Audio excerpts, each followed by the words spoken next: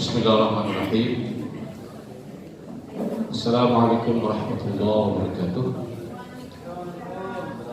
Saya hormati para dewan juri dan rekan-rekan peserta lomba eksamen. Perkenalkan, saya Abdul Rahim, produksi telur asin bakar madu. Iya, ada dua sebenarnya, telur asin panggang madu juga, mereknya adalah Tektonik. Next, kita tahu bahwa telur merupakan produk ternak yang cepat sekali besar. Itu perlu ditangani dengan secara bagus supaya tidak harus diasinkan. Tetapi dalam mengasinkan telur asin di sini kami berbeda. Pertama, dari menyeleksi telur. Karena sudah beberapa tahun kami produksi, next, bahwa untuk membuat telur asin itu perlu disortir dulu yang baik. Dan ini hasil temuan kami di sini. Pertama, seleksi telur itu dengan cara pertama adalah diraba, dilihat dulu apakah telur itu hitam ataupun tidak. Yang kedua, diraba. Telur yang baik untuk dijadikan telur asin itu adalah telur yang mulus. Jadi ada nanti telur yang agak ada bintik-bintiknya, itu nggak bagus. Ketiga, diamati.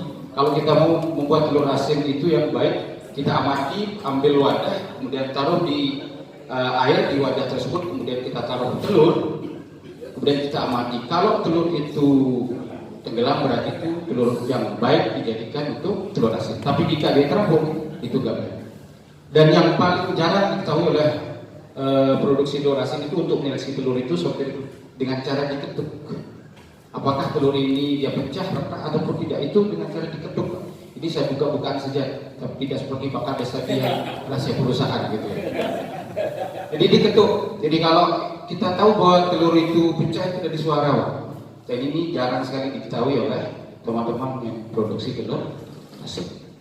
Selanjutnya, setelah melalui sortiran tadi, kita bersihkan dengan lemon, kemudian kita fermentasi sesuai dengan SOP yang kami punya, yaitu sekitar 12 hari sampai 15 hari, tergantung keasinan telur yang kami inginkan. Next, kemudian untuk kelebihan telur asin bakar, kita tahu bahwa telur asin biasa itu 1 minggu itu sudah berubah, sudah berbau, ada rusak ya. Tetapi dengan dibakarnya telur ini, pertama, kandungan kadar airnya sedikit, sehingga dengan sedikit kadar air yang ada dalam telur, dia bertahan lama. Dan telur saya ini bisa bertahan sampai 2 bulan. Tapi saya pastikan ada di toko itu sampai 1 bulan. Ketiga, dia tidak amis.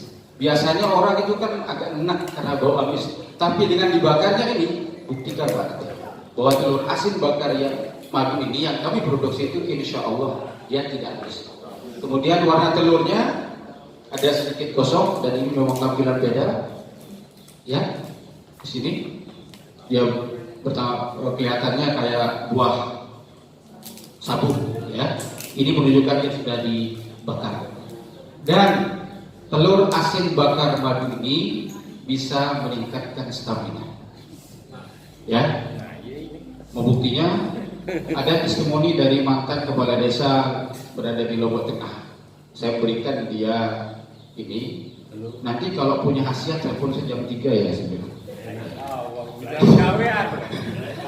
Ya, dia telepon. Ya, bisa nggak kasih nyonya ya bisa. Nah, berarti kan ada reaksinya Pak. Jadi saya nggak usah terlalu banyak omong lah. Nanti Dewan Juri yang akan menilai, utama Pak Dokter ya, Pak Kepala juga. Ya. Di sini ada kelebihannya. Pertama, dibersihkan dengan lemon, kemudian harga terjangkau dan bersaing, kemudian proses pengolahannya tidak melibatkan bahan kimia. Produk yang diolah itu merupakan telur yang memiliki kualitas terbaik dengan melalui proses yang tadi itu ya. Kemudian proses pembakarannya telur dengan cara tradisional, namun akan menasional. Seperti katanya Pak Kabit, kebetulan saya sama beliau pergi ke Aceh dulu dalam rangka memamerkan telur ini. Selanjutnya adalah pengemasannya produk ini menggunakan kearifan lokal. Jadi kami bisa menggunakan tray ataupun yang lainnya, namun supaya ada manfaatnya lebih besar produk kami ini kepada masyarakat, maka inilah hasil masyarakat yang ada di sekitar itu, Pak. Jadi manfaat kami yang produk telur asin ini juga bisa bermanfaat kepada umat yang lainnya. Untuk keamanan produk, alhamdulillah kami sudah mempunyai VRT. Kemudian ada halal.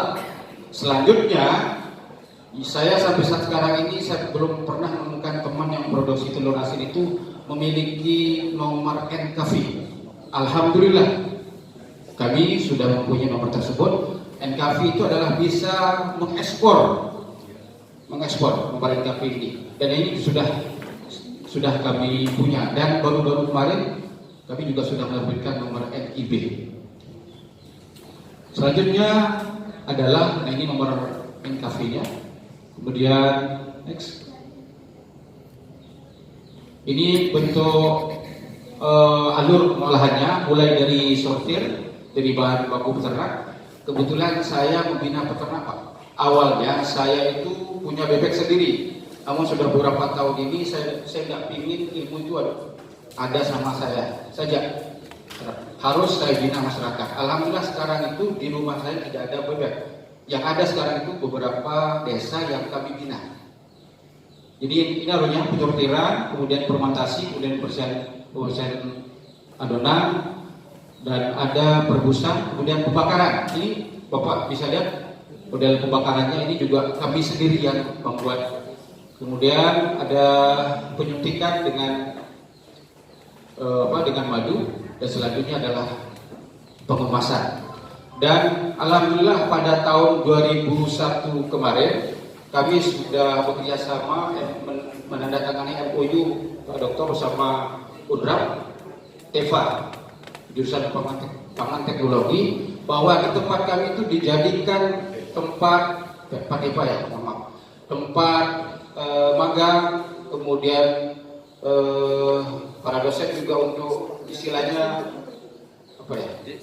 menganalisa ya, karena di tempat saya itu juga ada P4S Ar-Rahmatiyah, tempat di mana mereka berlatih dengan secara gratis.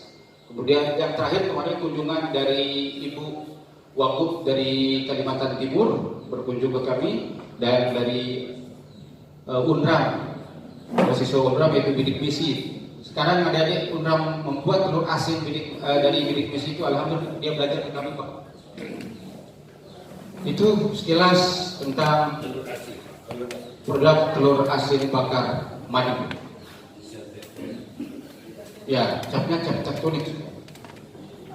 Kenapa ada kalimat tektonik itu? Oh ya, kenapa ada kalimat tektonik? Tektonik itu kita tahu ada itu gempa yang berada di dalam. Jadi jika bapak-bapak mengkonsumsi dan ibu-ibu mengkonsumsi telur ini, insya Allah juga akan gempa di ranjang. Bahaya. Tektonik itu ya.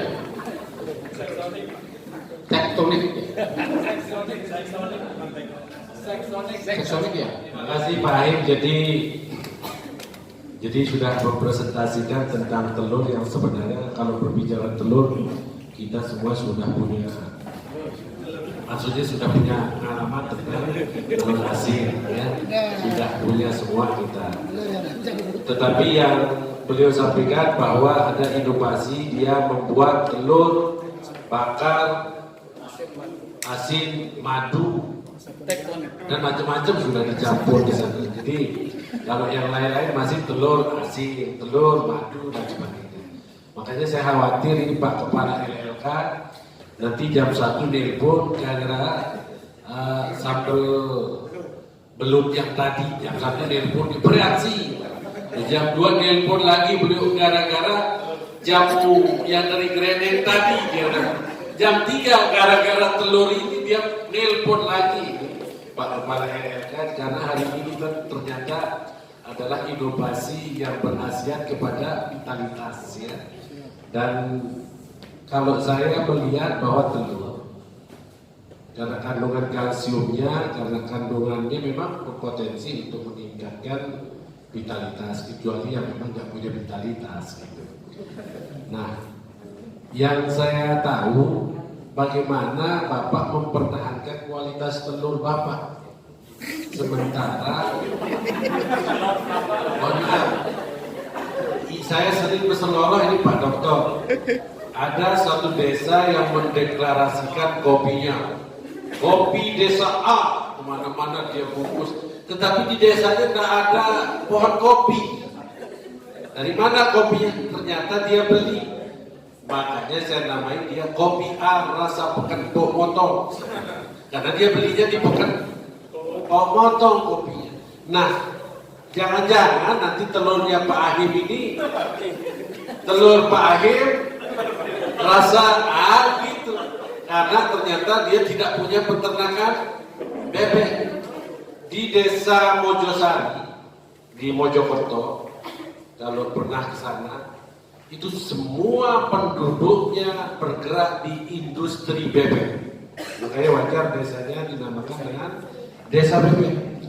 Jadi mau cari DOD atau bebek yang umur sehari ada mau mencari bebek yang siap dipanggang ada, mau cari calon induk bebek ada, mau cari pejantan bebek ada, mau cari telur bebek ada, mau mencari penetasan bebek juga ada, dan bebeknya adalah bebek Mojosari.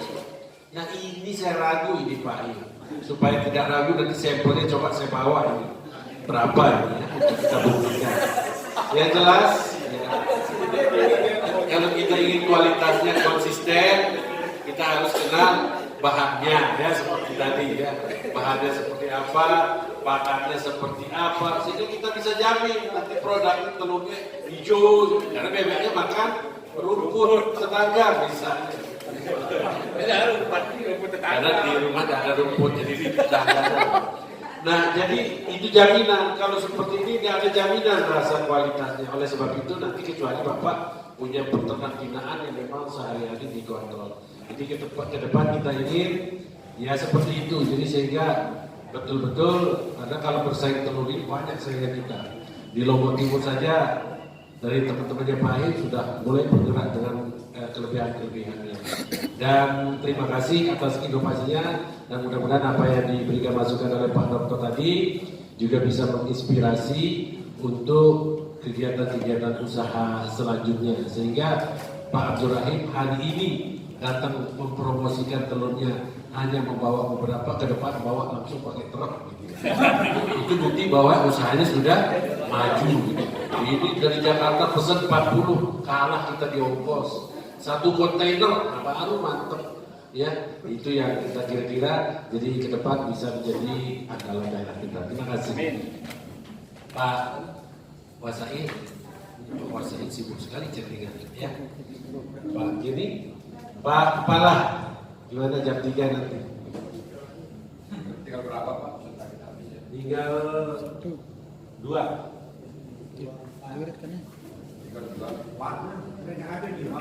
Ya. Udah kita rasakan tadi telurnya. Rasa madunya kan nggak ada. Ya lain. Hah? Oh iya, namanya juga jangan telur rasa madu Pak. Pasti dibuang sama ibu-ibu. Senang ya. Kenapa? Madu. Ya, madu itu kan sudah menyerap ke dalam kuning telur maupun putih telur Pak. Ya.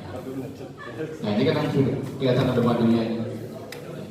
Jadi memang prosesnya memang Menggunakan madu. ya. Khasiatnya mungkin ya, khasiatnya. Ya, memang ada yang apa keluar madunya ini kayak seperti itu.